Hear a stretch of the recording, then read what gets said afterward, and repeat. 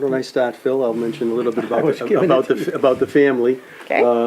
As you had mentioned, Arlene, the company was founded in 1962 by our father, Richard Scudder, and his brother, Robert Scudder.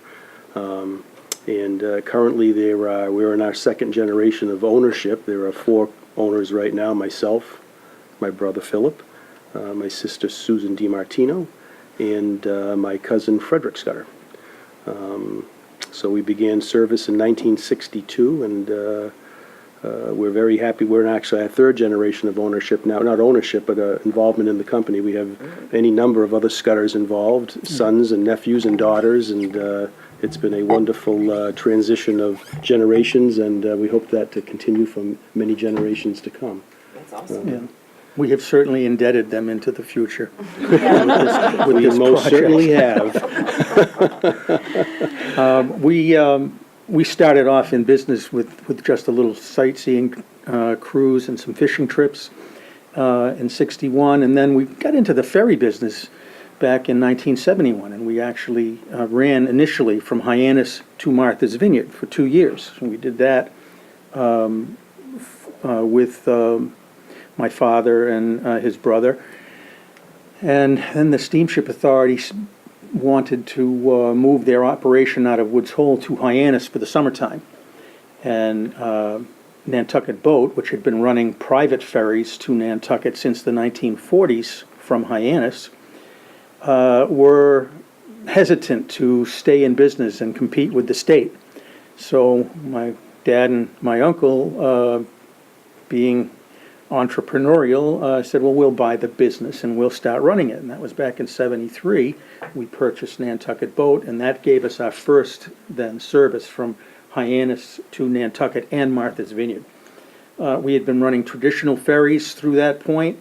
We had made a little bit of change in the operation when we brought in the Great Point, which was, we went from being Highline with the Smiling Whale on our logos. We went to Highline Cruises with a big ferry that had a first-class lounge, and we changed the logo and changed our brand at that point, and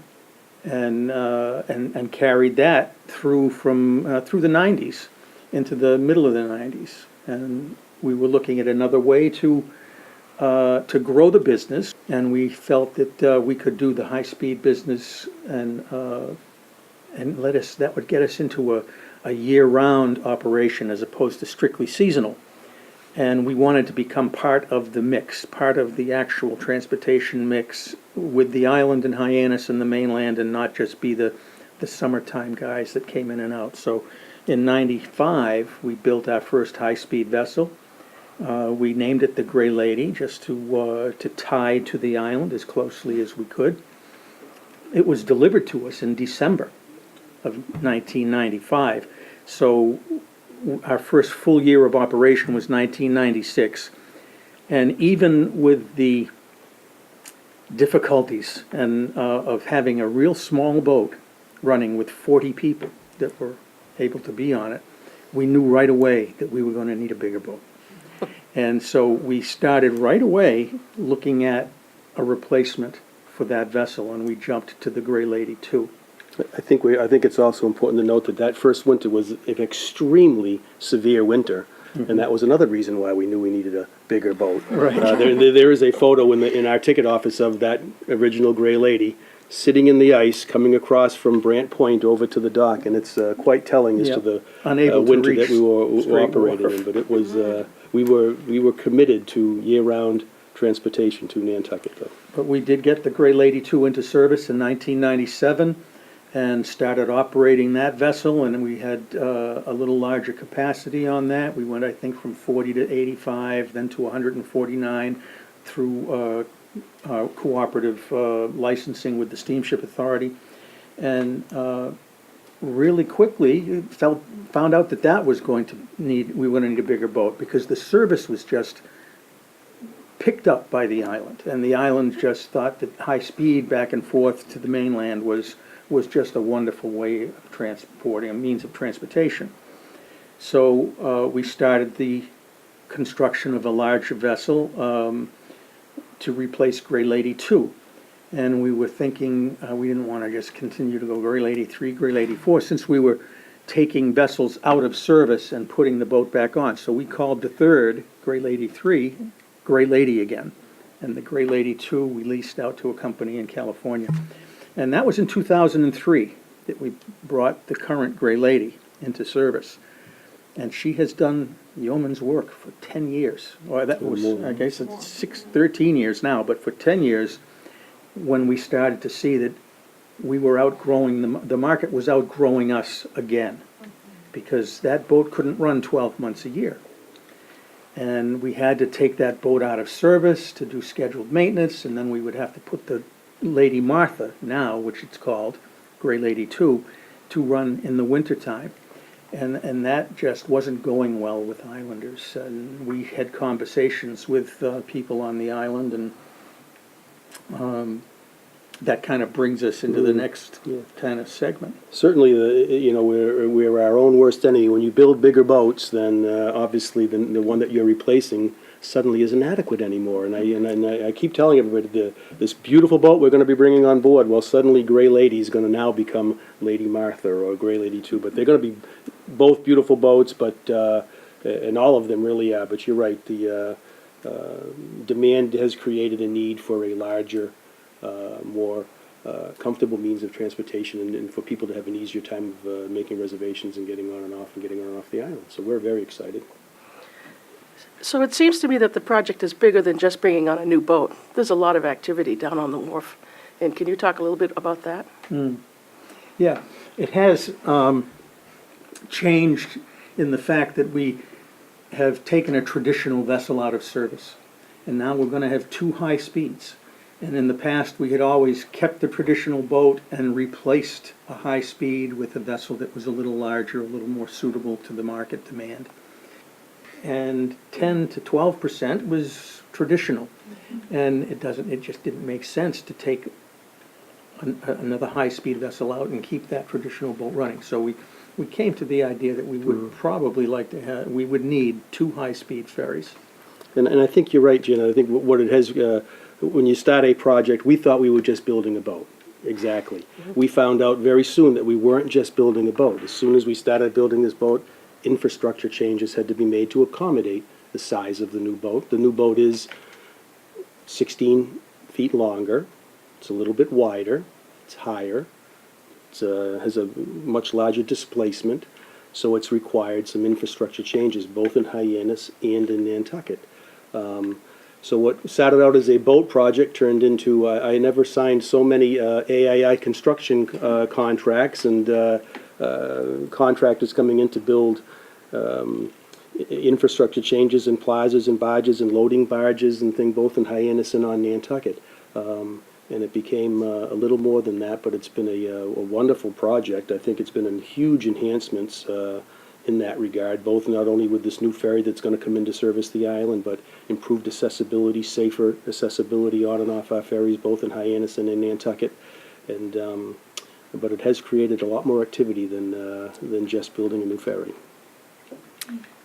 I wanted to thank you both for your commitment to year-round service on Nantucket for the high-speed ferry. I think that having lived on the island for as long as I have, we have all been the beneficiaries of the how easy it is to get on and off island and how affordable that is for working families, middle-class families, and the like. Flying just becomes a luxury that honestly some families can't afford. So I want to thank you for your commitment. Also, as a parent of a hockey player, I don't know where we would be without the High Line.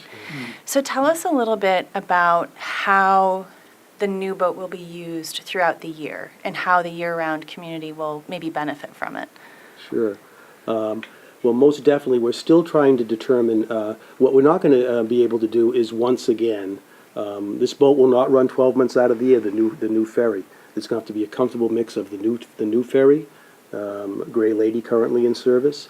I think that'll be kind of a work in progress as we determine where the highest passenger needs are. I think it'll be working cooperatively in that regard with the Steamship Authority, knowing when IANO comes in and out of service, so that we, again, the most important thing which we do is meet the demands of the island. That's where our biggest concern is, and what we try to do. In that regard, it's been a pleasure to be able to become part of that year-round public-private transportation system where we can take care of all the youth and school groups in conjunction with Steamship Authority also Absolutely. in that. And there's no question the high-speed ferries have become a huge part of life, in island life on the island, and we are, by some, fondly referred to now as we're the aluminum lifeline to the islands, you know, and we're proud to be that. We're very excited to continue to, really what this new boat is going to do is expand travel opportunity for really the islanders. As Phil was saying earlier, most of our market growth over the last, we hit a low in 2009, everybody was in the doldrums in 2009. Since then, there's been each year, probably an average of a 6% growth in ridership, and that's not because of our vessel mix or transportation, that's just growth in travel to the islands. What the biggest part of that growth to the island, though, as Phil had mentioned earlier, is the multiple transportations back and forth. Now, all the youth and school groups going back and forth. It's opened up so many more opportunities for islanders and connecting to the mainland, and that's where I think the growth is really going to continue, is in that shoulder spring, fall, winter season. We'll carry a few more people in the summer just because that's the market is growing, and that will stop eventually too. You know, it's the ebb and flow of travel to the islands. Some years there's a hue and cry for no more people. Other years it's like, oh my goodness, things have slowed down. It's recession. Can't more people get over to the island? Where's the chamber? Isn't the chamber helping out in this regard? So you know, we know that's coming. We don't know when. We hope it doesn't come for quite a while now, but that will come. And May I ask a second part, I guess, to that question is about that, about the capacity. And I think that it's really important for us all to be really clear that you actually don't anticipate a large increase in capacity in the summer months compared to just one fast boat and the Great Point running. But with two fast boats running, are we going to see a dramatic increase in capacity filling Strait Wharf, or do you think that it will be somewhat spread out differently? I think it will definitely be spread out. And you know what is interesting too is the fact that we have had this kind of delay in putting this new vessel into operation, where we've been able to see with two vessels of lesser capacity than we've had in the past, we've been able to handle pretty much all of the demand for the route that we've been doing for several years. I mean, I think we're probably as many passengers as we've carried in the past through this point, or maybe even a little more. So I don't think if we had a larger vessel on, that it necessarily meant there would be more people coming. I mean, the people are coming to the island, and we have made the options of when to travel a little more convenient for them. right. I think it's, yeah, you're correct.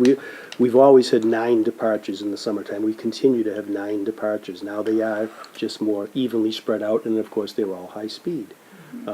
But the aggregate capacity of the two ships and the number of trips they each made is basically the same. And as Phil had said, we're finding that we are carrying very similar loads. I think, again, the greater capacities is just going to make it less stressful and easier to make a reservation and get a commitment on the vessel, as opposed to have to come down and get on a standby list. Most everybody that wants to travel with us eventually gets on, but they have to be on a standby list. We hope that this is cleaned up by being able to take more reservations with higher capacity vessels, but we don't, in and of itself, just because we have 2 larger high-speed ferries, isn't going to increase summer traffic. If it increases a little bit, I think it's because the demand for travel to the islands is increasing, not the vessels creating that. So we're celebrating 20 years, right? 1996 and This is our 2016. 21st, This is yes, pretty yeah. exciting. And oh, how the times have changed in those 20 years, from that 40-person vessel to... Tell us what the capacity is going to be for this new vessel, and tell us a little bit about the differences between the first boat in 96 versus this 2016 boat. Yeah. This new vessel now will have a capacity of just under 500. It's going to be 3 decks We have 2 enclosed decks, and that was one of the things that we wanted to do in our discussions and conversations with Nantucketers and our friends over here with the steamship on Island, Nat and Rob Rainey. We need interior seats. We needed interior seats for the off-season. So this design carried the second deck through further to the after stern section of the vessel. And then that gave us an opportunity to put some open deck seating on the third deck, and we moved the pilot house up. So we have interior capacity of maybe 300, maybe a little more, 320. Right now, Gray Lady has interior capacity of maybe 200 or 220.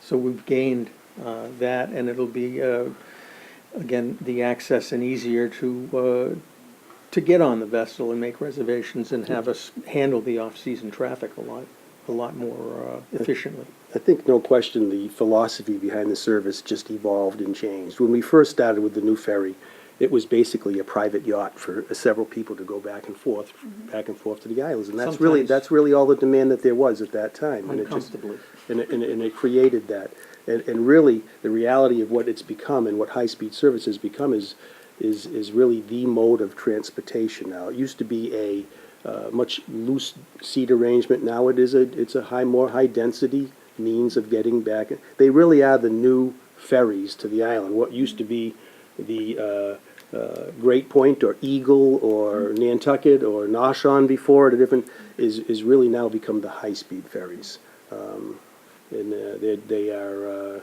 just the high-density mode of transportation now, not that relaxed, luxurious travel. It is just what is expected of travel in ferry routes of this nature worldwide, actually.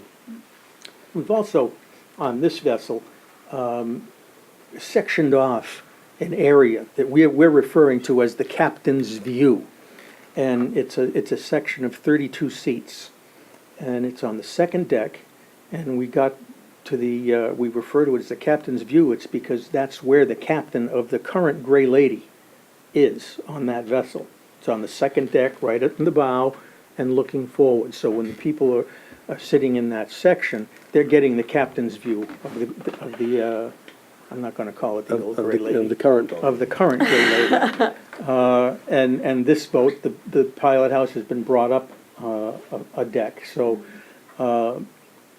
it is an opportunity to reserve tickets on this boat and not have to queue up with 400 other people, because you are guaranteed one of 32 seats in that captain's view area. And we've taken the seating a little bit and changed it a little bit with some tables in between the seats, and to make it a little less dense as the rest of the vessel, and it takes some of the stress and anxiety out of queuing to get on the vessel. It's really a 32-passenger boat within the ferry itself, so Yeah. that you don't, as Phil said, you know that when you've made your reservation, you have one of 32 seats. You don't have to worry about where on the vessel you may be. So that we just think it's a nice enhancement to the offerings, and we're going to try to keep on coming up with other customer service-related things that improve the travel experience. Yeah, let me know how to sign up for that seat. I think it's wonderful. This is fantastic. I love the fact that you're doing this for the island. And really, my question is, when can I get you both into the radio station and announce it's here? Well, the good news is we just recently found out that she will be launched a week from tomorrow. Oh, you're kidding. Wednesday, July 6th. Oh, that's is it? great. July 6th. July 6th, Now, okay. launched does not mean delivered. Oh, But, tell me what that means. But launched means actually She'll that get wet. She'll get wet. She'll be christened and launched into the water. Now, there'll be probably another 3 weeks or so of outfitting, continuing to outfit, sea trial, various things before she. But it's a progression, and that's getting us closer to delivery, which we are certainly hoping is coming up soon. The end of July and into service, hopefully early in August, if not earlier, but we're all hopeful. So can I get reservations now for August, or are you holding off on that till? But you can make a reservation, and if you pick the timeframes that is currently Gray Lady, that will be a reservation in August. That on was Gray- my next on Gray question. Lady That's 4. true. Reservations Yeah. can certainly be made on all of our departures, yeah. Probably everyone in here has a ticket book. We all have ticket Yeah. books because, I mean, it's my main use of going back and forth. Will that ticket book still be applicable Yep. to the Yes. new one? Okay, to Yeah, the new yeah, one. the Be rate seamless structure transition. stays the same, other than that captain's view would be Right. a little different, but everything Fabulous. else is staying the same. And I would invite you all to the launch if you would like the christening. I'll send you the information. It's going to be 10 a.m. on Wednesday, the 6th. And all it will be was, actually, Murray's wife is going to be cracking the champagne to christen her Gray Lady 4. And then they will get her in the water, and we'll have some... The boat, not my wife. And then we'll have some light snacks and some drinks or something afterwards. Well, and thank you. Yeah. We don't want We don't want to break up the shipyard's day. We want them to, we want them to get as Keep full a working. workday as they That's- can out of That's that day. Are there, oh, I'm sorry, Janet. I was just going to ask if there were other important things that you think we should know to be able to tell our visitors and guests to the island about what to expect over the coming months. Anything that we've not touched on here yet today. The main thing is that nothing really is going to change dramatically with this. Murray and I were watching the operation on the dock for a couple of hours today, and things are just going to get a little better, a little better, and a little better, and every time. And you see what is changed. The next aspect of the process comes into place, and then make some adjustments for that. And then the next thing we make adjustments, and then next year it'll be old hat. Everybody will know what's going on. I think really what we're excited about too is the fact that now that we will be able to take Gray Lady out of service and do, work on her to really bring her back up to the standard of travel which we've want to provide and accustomed to providing. But so I really think, it'll probably end up being something along the lines of this new ferry in service for 9 odd months out of the year, Gray Lady in service for 7 or 8 months out of the year, depending upon where that falls, and so we'll have time to get her back. She's done really hard work for us for 13 seasons now, and but it's just going to all be improved travel opportunities for everybody going back and forth. Yeah, and speaking of, too, your digital side, you've got the new app, and we also have a website that was just updated, and then also social media, right? But the new app, though, right? We do have a new website Yeah. that is on the back burner for now to Okay. launch this fall, I Okay. think. But we needed to get through a number of hurdles first. Okay. But I do want to say that, for our viewers that want to follow more information and further updates on this, I would recommend you go to highlinecruises.com and check out our blog and also our social media. And of course, check in with the Nantucket Chamber of Commerce, ACKFM, Black Book. Yes, the app is a great app because that's where all the current schedules are, as well as the travel alerts. And we have a great car finder thing for when you're over in Hyannis and you forget where you park your car, or even in the downtown Stop and Shop. That's happened to me occasionally. So I think that's it for today. I appreciate the time and the opportunity to come over. Thank you very much. All right, I christen thee Gray Lady 4.